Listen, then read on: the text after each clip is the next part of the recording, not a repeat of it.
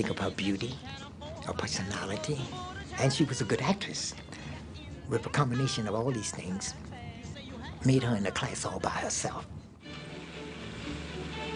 Get over where you belong. It's just what I'm doing.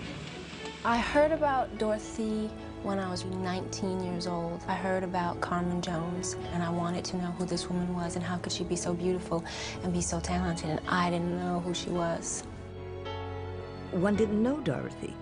Off that screen, she was sort of like smoke. She was Hollywood's first African-American dramatic female movie star. She was a powerful force on the stage and screen, whose talent and international appeal garnered her unprecedented popularity and even a Best Actress Oscar nomination. But although she was beautiful and sophisticated, Dorothy Dandridge was a study in contradictions. Plagued with self-doubt and bent on self-destruction, hers was a turbulent and tragic life. She should be the most successful movie star in the world. But she was a black woman at the wrong time.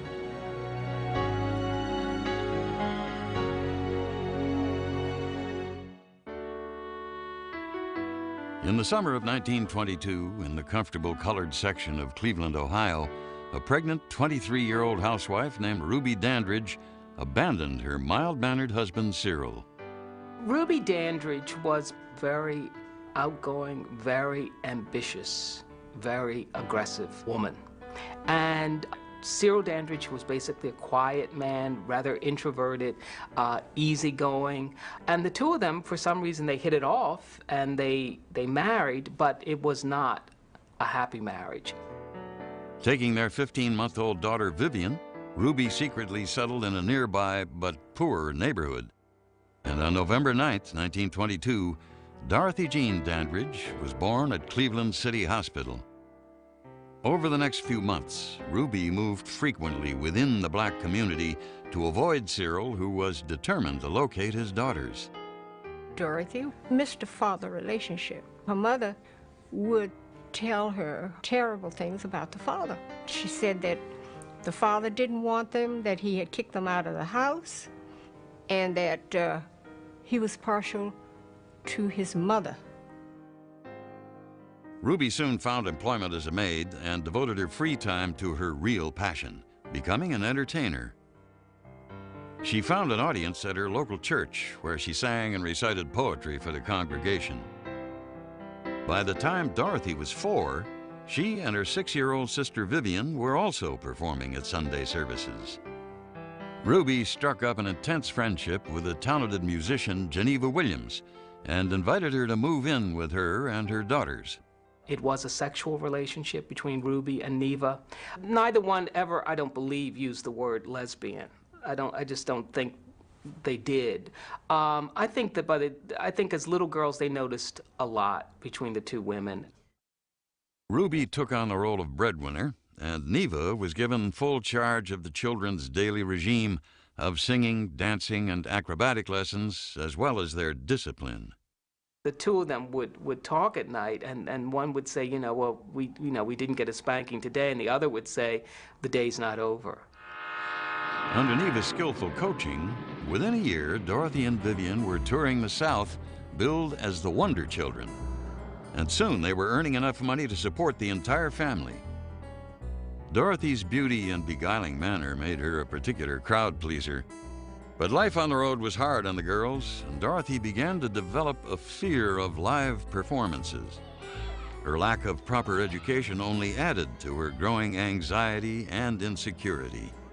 Dorothy didn't stay in school long enough because she worked and would interrupt her schooling.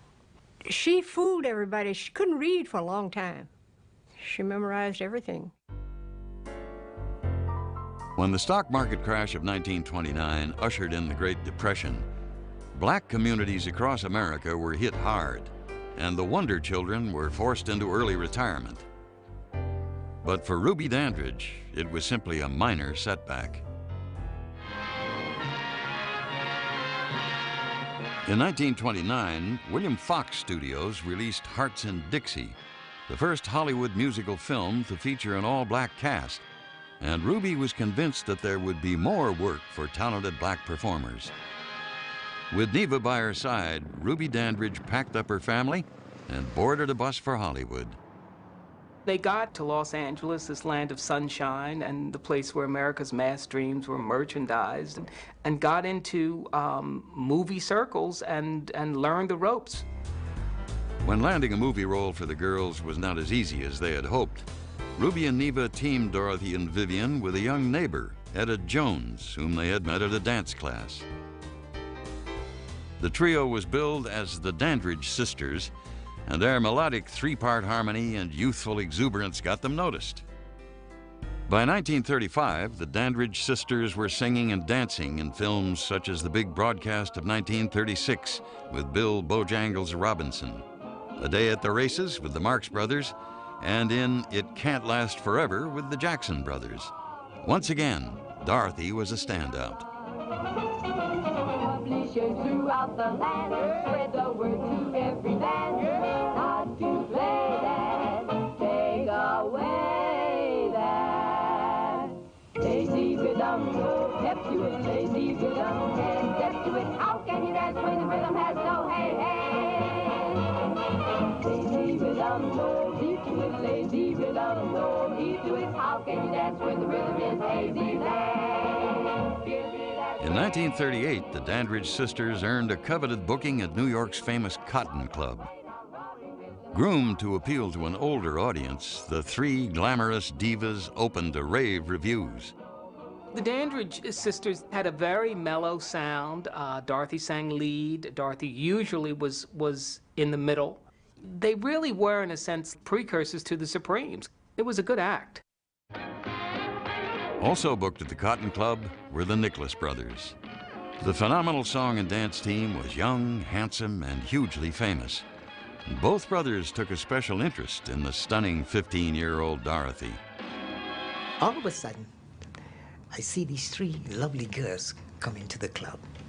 And my brother and I looked at each other and said, "Do you see what I see?" I said, "Yes, I do." I said, they were all lovely, but my brother and I had our eyes on Dorothy Dandridge. She was beautiful, just beautiful. We used to go out a lot and get, well, not too much because she was restricted a little bit. We had a thing for each other, I must say, right from the beginning. Harold Nicholas was only 17 and already a show business veteran as well as a notorious ladies' man when he and Dorothy met. But Dorothy had little time for romance, as her 12 years of hard work were now paying off. In May of 1939, the Dandridge Sisters, with Neva as their chaperone, sailed to London for an engagement at the famous Palladium, and they dazzled a sophisticated European audience. But by now, Dorothy was becoming worn down by the stress of live performances, as well as by Neva's overbearingly harsh rules, which included taping down the 16-year-old's breasts to conceal her now shapely figure. Neva felt threatened by Dorothy's burgeoning sexuality, and she became obsessed with the matter of Dorothy's virginity. Dorothy had come home and Neva was suspicious and wanted to examine her. It really was the equivalent of a rape. Geneva threw her down on the bed, and Dottie got up and gave her a good punch. She knocked her on the floor at one point, and that finished the physical abuse. Finally standing up for herself and declaring her independence from the woman who had been her mother's live-in lover, Dorothy was empowered for the first time in her life. Upon returning to the United States, the blossoming teenager decided it was time to go solo, not just as a singer, but as an actress. In 1940, she won a role in the highly successful Los Angeles stage production of Meet the People. It was basically a white show, a white review, and very forward-looking. The thing that's so interesting about this is that in the very early 40s, just her particular vision, that she didn't see this as a review that an African-American woman should not audition for. It really was knocking down a barrier.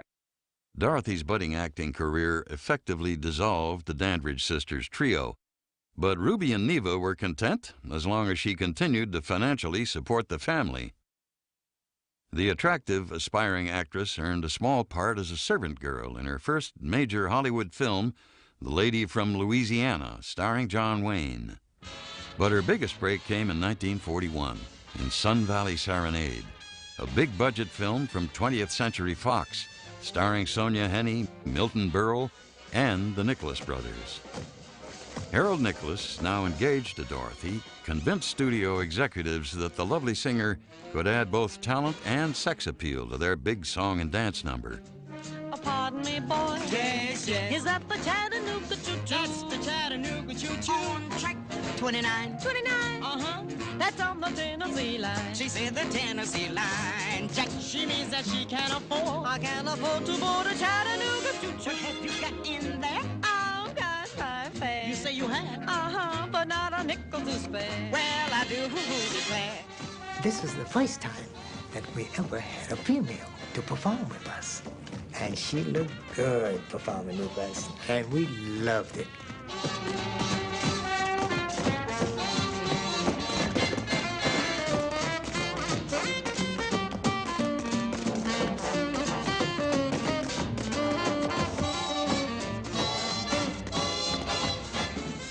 By the tender age of 18, it seemed as if all Dorothy Dandridge's dreams were about to come true. But even a talented young performer like Dorothy couldn't predict the lofty heights she would scale and the price she would have to pay for stardom. By 1941, Dorothy's career was taking off. She had established herself as a dynamic new musical performer, appearing in several low-budget movies and starring in a series of soundies. These short musical films, which exploited Dorothy's obvious physical assets, were shown on jukeboxes equipped with tiny screens, and they were the forerunners to today's music videos. Singing his cowboy song, he's just too much. He's got a knocked-out western accent with a Harlem touch. He was raised on local weed. He's what you call a swing half-breed, singing his cow-cow boogie in the strangest way. From a tie, from a tie hip to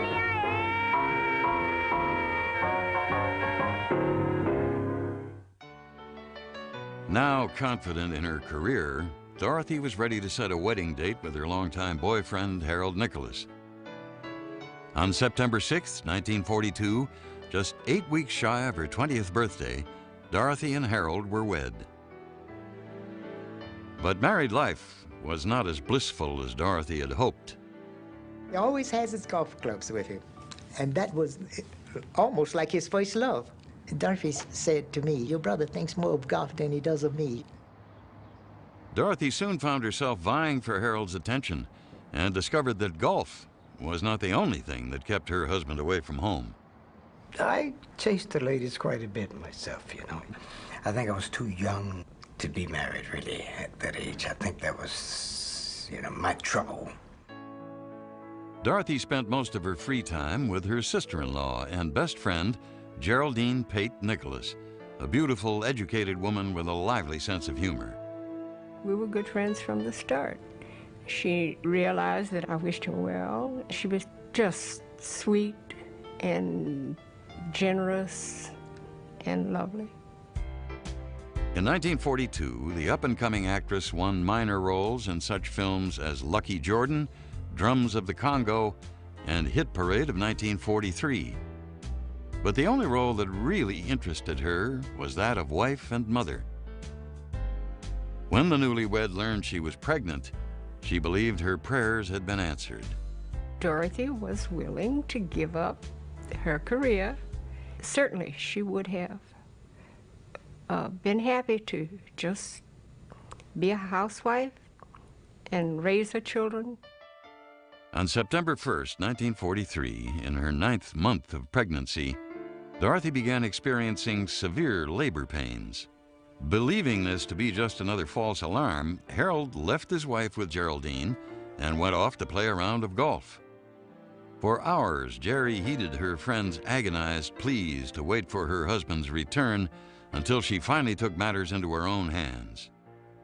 We had to go in the neighborhood to find a car, and we finally found one after an hour or so and got her to the hospital. But it was rather late, and the baby had already started coming. The following day, Harold Suzanne Nicholas was born. Baby Lynn was the center of her parents' universe and brought domestic contentment to the Nicholas household. But by the time Lynn was 2, it was clear to everyone that the toddler was not developing or behaving like a normal child. She was so very troubled. She had tantrums. She didn't know who her father was, her mother. She couldn't recognize relationships. Harold couldn't cope with it. Detached and withdrawn, Harold left Dorothy to search for answers to their daughter's mysterious condition alone. It was hard on her, being there with the kid by herself. Dorothy was going to all types of doctors and things, you know, so it was pretty rough. When doctors determined that Lynn was permanently retarded due to a lack of oxygen to the brain at birth, Dorothy was devastated. The nagging guilt and her rapidly deteriorating marriage led her to psychiatric counseling and a growing dependency on prescription sedatives. She wasn't getting along with Harold, and she couldn't tolerate his staying out for a couple of days or so, and she just took too many pills.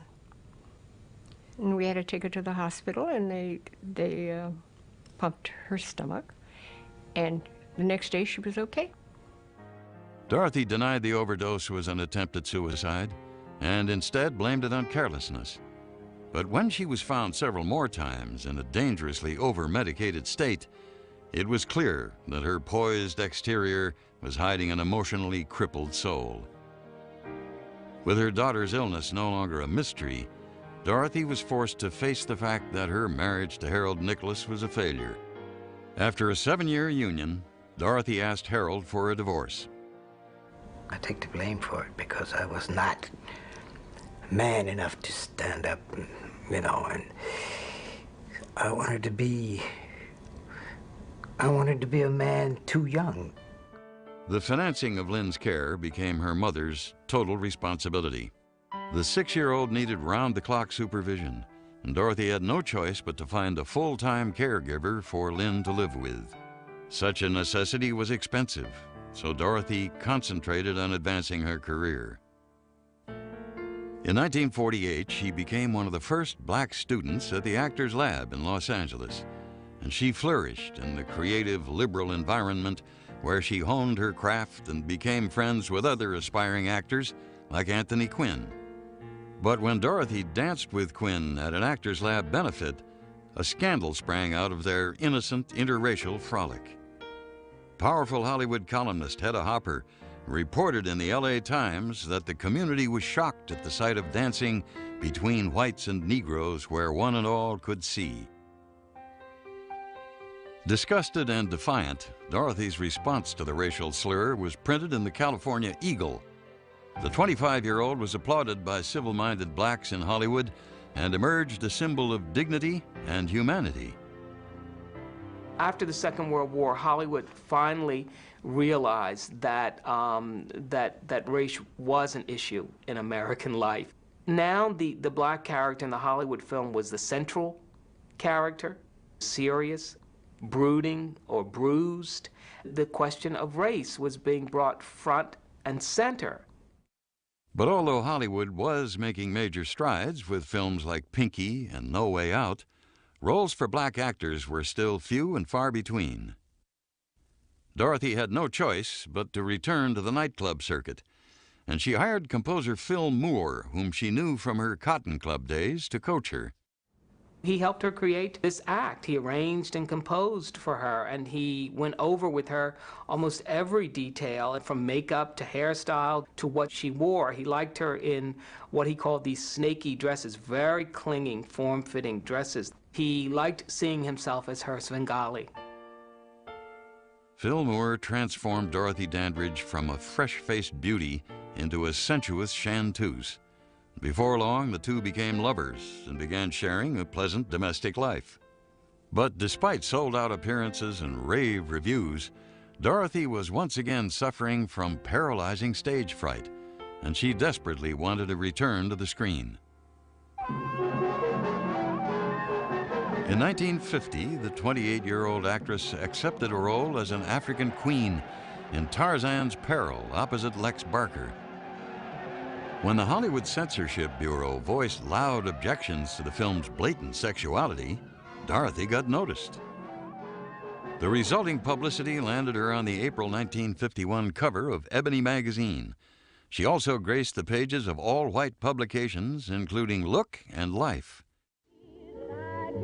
It was apparent to all that Dandridge's charisma had crossover appeal to black and white audiences alike.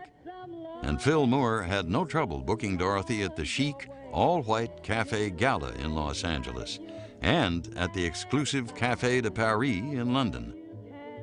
MCA, one of Hollywood's most powerful talent agencies, signed Dandridge as a client and booked her in a series of successful television appearances, including Ed Sullivan's Toast of the Town.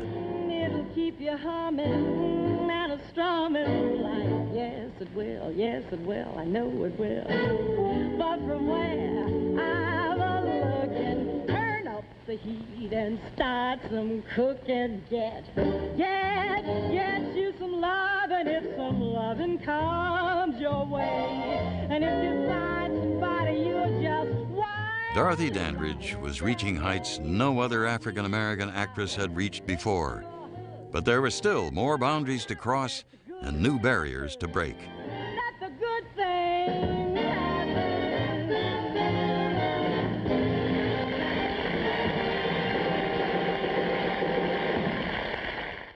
Here I stand again, about to beat the band again, feeling grand again. In 1952, Dorothy Dandridge's celebrated club act led to her first starring role in a major Hollywood film, directed by Louis B. Mayer's nephew, Gerald Mayer. But there is another Dorothy Dandridge you haven't seen until now, a wonderful, emotional actress. I'm Dorothy Dandridge. I play the role of a teacher. This was my first day, and I wasn't sure how it was all going to work out. MGM cast the 30-year-old in Bright Road, opposite handsome newcomer Harry Belafonte. The film featured a predominantly all-black cast, and Dorothy portrayed a small-town school teacher reaching out to a troubled student. She was absolutely beautiful in such a classy way. She was perfect. She came prepared. She never blew up under any circumstances. She dealt well with the crew, with the kids in the class, with the director. Dorothy was entranced by the gentle, well-educated director. Not only did she earn his respect, she also won his affection. There was an engaging quality to her. She was easy to talk to. It was a relationship which I will always remember because it was really quite wonderful. But although Bright Road opened to a weak box office, Dorothy was at the top of her game as an entertainer and was headlining at the Last Frontier Hotel in Las Vegas. In the 1950s, Las Vegas was a segregated town, and black performers were barred from residing in the hotels or using public elevators and dining rooms. Vegas was a very interesting situation there for any black performer. It didn't matter how famous you were, how big your salary was. There was a very, very sharp line drawn about where you could and could not go. When the popular songstress demanded a room, the Last Frontier temporarily lifted its ban on black guests. But when Dandridge threatened to use the swimming pool, hotel management discovered an immediate need to drain it for repairs. So this was what she was confronted with. She went out on stage and she was a goddess. And then when the performance was over, it was back doors, freight elevators, or in this case, it was the thing of not using a swimming pool. While in Las Vegas, Dorothy became romantically involved with a handsome young actor named Peter Lawford. But their interracial love affair was doomed from the start. She was very fond of him, but he told her in no uncertain terms that he didn't have any big trust fund. He was totally dependent on what work he got with the Rat Pack and people like this, and that they could not marry because he could not work, nor could she. Though she was loved and admired by thousands of fans, Dorothy's self-esteem was crumbling from a string of failed romances. Lonely and depressed, she turned once again to alcohol and prescription drugs. But as before, work provided the distraction that Dorothy so desperately needed.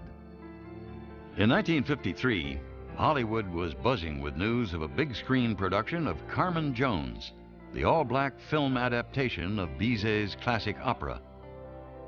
Dorothy knew the coveted title role was a star-maker, but the film's notoriously tyrannical director, Otto Preminger, wouldn't even consider her for the part.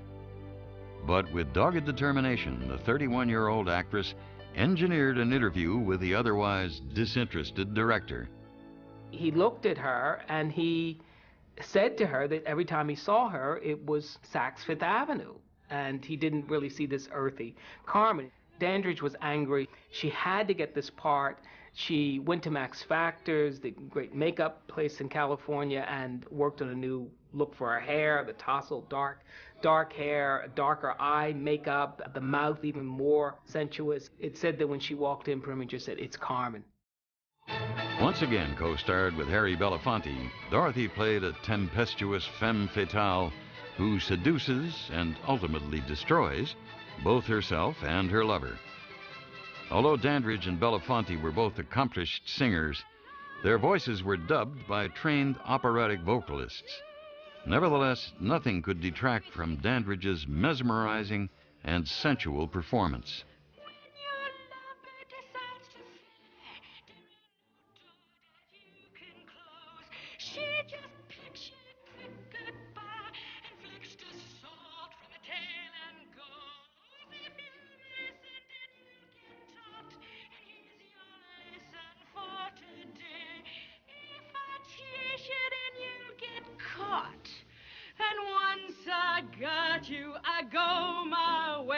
Dandridge's and Belafonte's sizzling performances were destined to make them America's first black sex symbols.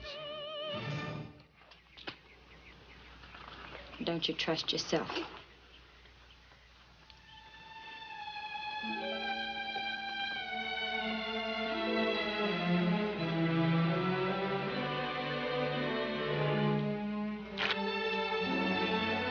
Also featured in the cast were Pearl Bailey and fresh-faced newcomer Diane Carroll. I met Dorothy Dandridge during Carmen Jones. I sat there, I watched her. I watched her find her art in front of the camera, and that's quite a privileged position. Why don't you tell me?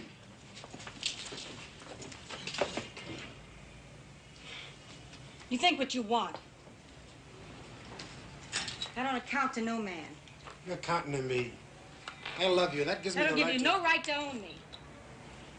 There's only one that does. That's me, myself. Carmen Jones opened on October 28, 1954, and was a smashing critical and financial success. Dorothy Dandridge became a bona fide movie star overnight, and her unforgettable performance earned her the distinction of being the first black woman to grace the cover of Life magazine. Yet nothing would compare to the pride she felt when she learned of her nomination for an Academy Award for Best Actress, making her the first African American to be nominated for a leading role. At the Academy Awards ceremony on March 30th, 1955, Dorothy shared the Best Actress nomination with such luminaries as Grace Kelly, Judy Garland, Jane Wyman, and Audrey Hepburn. But although the Oscar went to Grace Kelly for her role in The Country Girl, to her fans, Dorothy was a winner and a permanent part of American history. I never thought about whether she'd win or not. I would have loved it had she won, because her work was quite extraordinary. But it was an important nomination, and we all felt long overdue.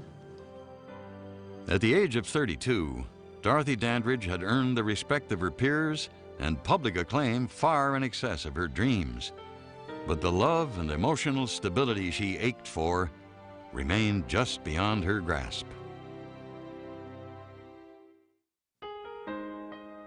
In 1955, Dorothy's Academy Award nomination catapulted her to a new level of celebrity, and her exclusive engagements were now earning her up to $3,500 a week in clubs like the Empire Room in New York's Waldorf Astoria Hotel. Dorothy was also in the midst of an intense love affair with Carmen Jones director Otto Preminger. Although Preminger was separated from his wife, he was still a legally married man. But Dorothy hoped that this time things would work out in her favor. He was wonderful to her. He was controlling. He took over her life for a time, insisted that she only wear beige and white. They'd go to Europe together. He felt freer in Europe. He was afraid of his position in the film industry. He would have had trouble with any out-and-out relationship. The dictatorial Preminger insisted Dorothy accept only starring roles, forcing her to turn down offer after offer, until eventually her phone stopped ringing. At 33, Dorothy was disenchanted and depressed, and knew she had to face the fact that Otto would never divorce and marry her. After a 2-year affair, she abruptly ended the relationship. By 1956, it had been nearly 3 years since Dorothy had had any significant film work. Desperate, she accepted a supporting role in Island in the Sun, an interracial love story starring Harry Belafonte and Joan Fontaine. Dorothy played a local shop clerk opposite John Justin, and the two shared a full-fledged on-screen love affair. How long will it take you to pack? But 2 hours. I don't have very much either. There's a plane leaves for England on Friday. I'll send a car for you. All right.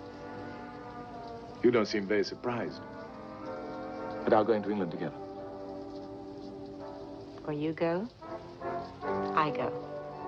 The movie was fraught with compromises, the script. I mean, they didn't want the actor to say that he loved her. You know I'm in love with you, don't you? Yes. They didn't want him to kiss her. There were some changes made, but the two still weren't permitted to kiss. But despite the controversy, Island in the Sun was a smash hit. Dorothy next starred in Tamango opposite Kurt Jurgens. The film's underlying story of interracial romance carried over into a real-life affair between the two stars. Once again, Dorothy sought validation through a relationship with an older white man. And as she had done so many times before, she chose to ignore the fact that her lover was married. Dorothy reached out to find love and acceptance in all the wrong places. She never was fulfilled and never really valued herself and never valued her life. In 1958, Samuel Goldwyn was producing a big-budget film of Porgy and Bess. But many in the black community felt that even Gershwin's music couldn't overshadow the movie's negative stereotyping that they had fought so hard to overcome. Dorothy, who had not had a starring role in the 4 years since Carmen Jones, signed on to play Bess for $75,000. Part of our community thought that she was selling out.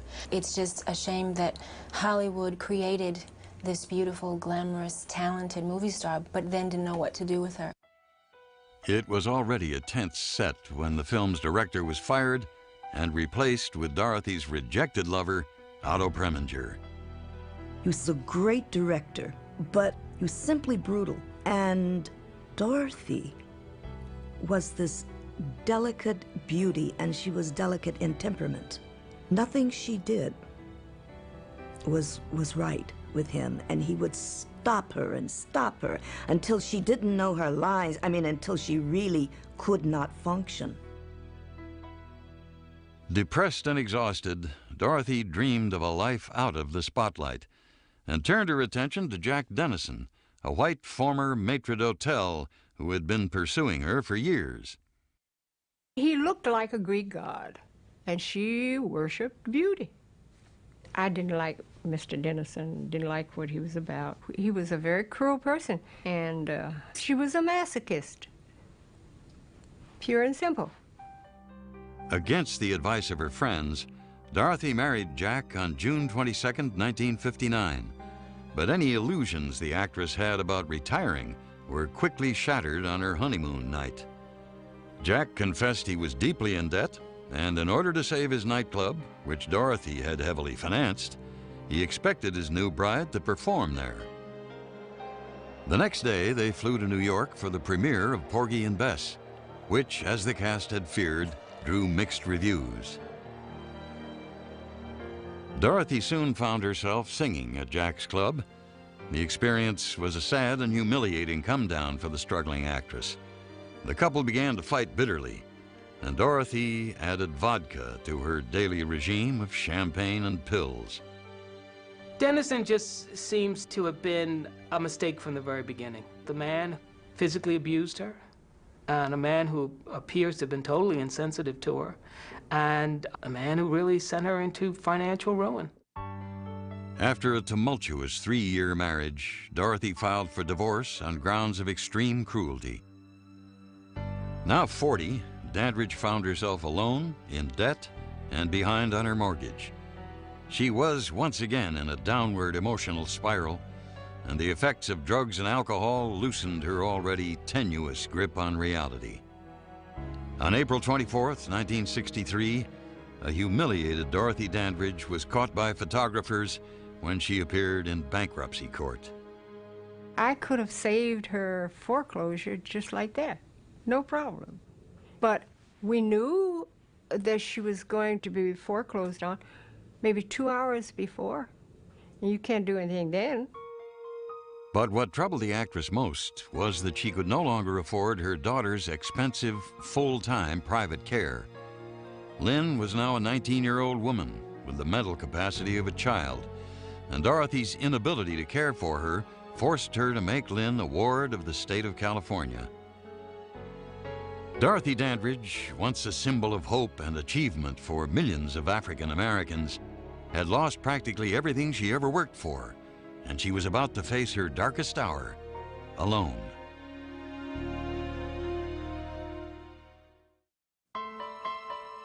Now 41, Dorothy Dandridge was broke and living in a rented apartment in West Hollywood. With little work to keep her busy and a crippling dependency on alcohol, prescription drugs, and antidepressants, Dandridge was spending her days depressed and in seclusion, and her nights on the phone with old friends Jerry Nicholas Brenton, Pearl Bailey, and Abby Mann. She used liquor like a medicine to sort of ease the pain. She was very disturbed at times about her daughter, who was retarded. She accepted it intellectually, but she never accepted it emotionally, I know. And she always felt a great deal of guilt about it. That was a tragedy. She was a young woman who had demons. I think she was very much manic depressive. And today, that's very treatable. Back then, it was taboo. You were crazy. You'd be put in some institution somewhere. And I think she struggled with that, along with a real sense of self-hatred. After years of destructive behavior, Dorothy was determined to pull herself together. She began an exhausting routine of exercise and vocal training and called on an old colleague, Earl Mills, to manage her comeback. By 1965, it appeared that Dandridge was finally conquering her demons. She got an advance to write her autobiography, signed a 2-picture deal with an independent production company, and gave a hit concert in Albuquerque, New Mexico, the first of 3 bookings arranged by Mills. Things were looking up, and Dorothy seemed excited about an upcoming engagement at New York's Basin Street East. Dorothy asked Mills to delay picking her up for the airport so she could get some rest. But Mills became anxious when Dorothy failed to answer any of his subsequent phone calls. When he arrived at her apartment, she didn't answer the door. Realizing it was locked from the inside, Mills panicked and broke in using a crowbar. And there he found Dorothy Dandridge, lying dead on her bathroom floor. On September 8, 1965, 42-year-old Dorothy Dandridge died from a fatal overdose of tofranil, her antidepressant. I think that it was a combination of accident and will not to live any longer. She was saying things that let me know that she was going to leave us. She have said, "Jerry, now I know you're going to understand. Don't be shocked at anything that happens. But I am tired." And she left notes everywhere in the house. Earl Mills found a note addressed, "To whomever discovers me after death, important." The handwritten note read, "In case of my death, to whomever discovers it, don't remove anything I have on, scarf, gown, or underwear. Cremate me right away. If I have anything, money, furniture, give it to my mother, Ruby Dandridge. She will know what to do." It was signed Dorothy Dandridge. While speculation swirled around whether Dorothy had committed suicide, her lifelong friend Jerry Nicholas Branton made preparations for Dorothy's funeral. According to her wishes, Dorothy was cremated after a service at Forest Lawn Cemetery. Among the mourners who joined Dorothy's family and close friends were ex-boyfriend Peter Lawford and ex-husband Harold Nicholas and his brother Fayard.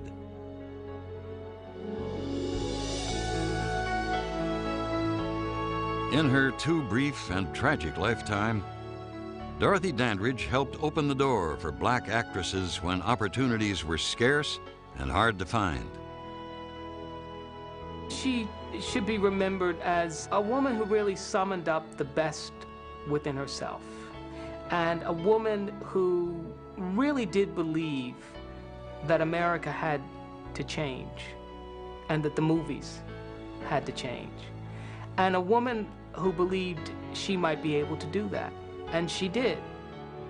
And although she did not live long enough to witness the accomplishments of today's galaxy of African-American stars, her luminous beauty and dazzling performances continue to inspire and motivate them.